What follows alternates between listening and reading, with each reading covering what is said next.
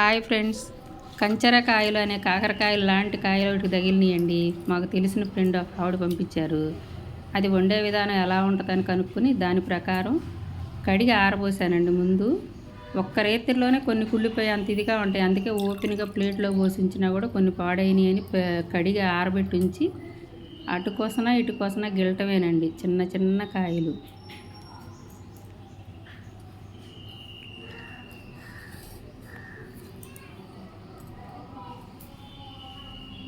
నీట్గా ఆరబెట్టానండి.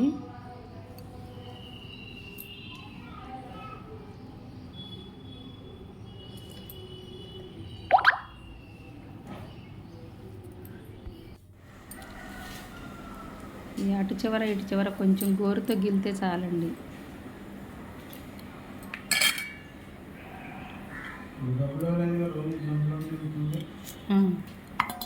రాలేదు.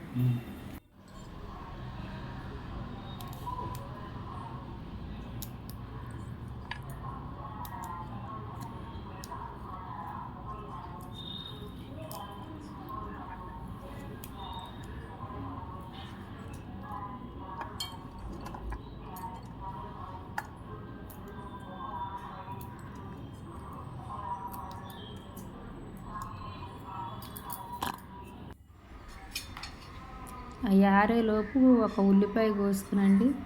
తగు మాత్రం చూసుకుని దాని ప్రకారం నూనె వేసి తాలింపు చేసుకోవాలండి కూర.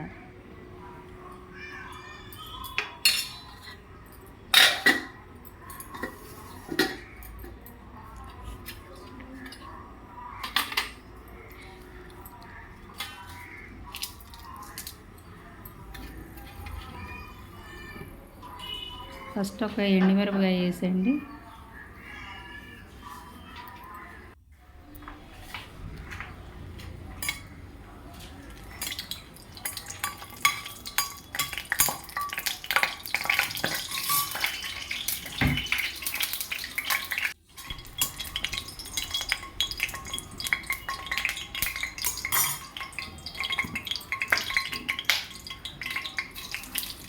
జీలకర్ర కొంచెం,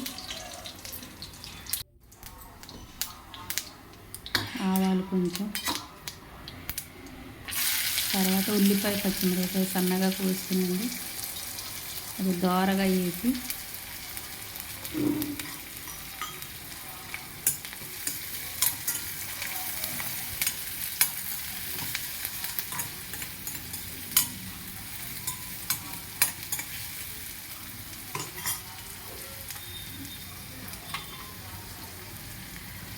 కొంచెం పసుపు అండి,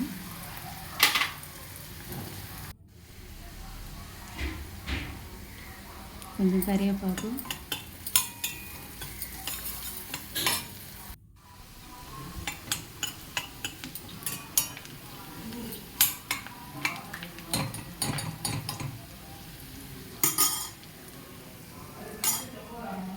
ఉల్లిపాయ ఆగగానే ఆ కాయలు వేసేసేటండి డైరెక్ట్గా. ఏం ఉడకబెట్ట అవసరం లేదు, ఏం లేదు.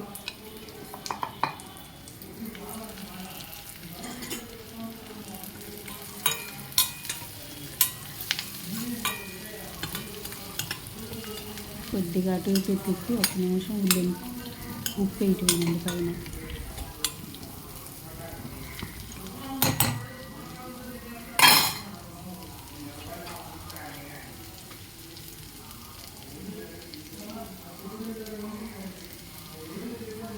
చాలా తక్కువ పట్టిందండి ఉప్పు. దాన్ని మనం తినేదిని బట్టి వేసుకోవటం, కానీ తక్కువగానే పడుతుంది. అవి చేదు అది ఏమి ఉండవండి కాయలు.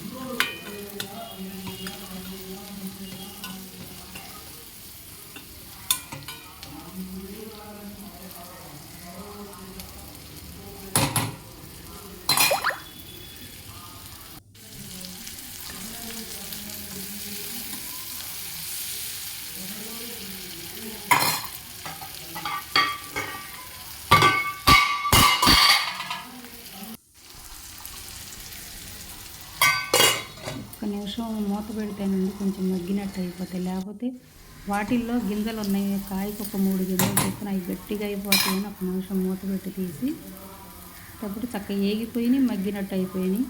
కొంచెం కొబ్బరి పొడి అండి పైన.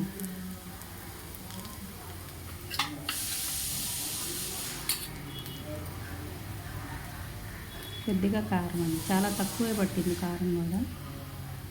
అటు ఫ్రై లాగానూ ఉంది, ఇటు రైస్లోకి బాగా కలిసిందండి. అన్నం బాగుంది, అన్నంలో కలుపుకుంటాకైనా చపాతీలోకైనా బాగానే ఉంది. రెండింటికి వాడి చూసాము, బాగానే ఉంది.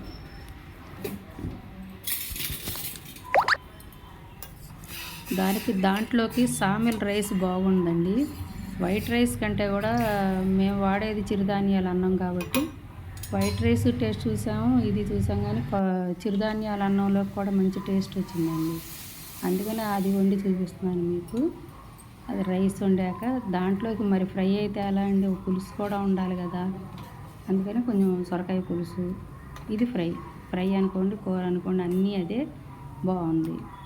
నేను టేస్ట్ చూశాను, మీరు చూడండి చేసి. కంచరకాయలు కూర.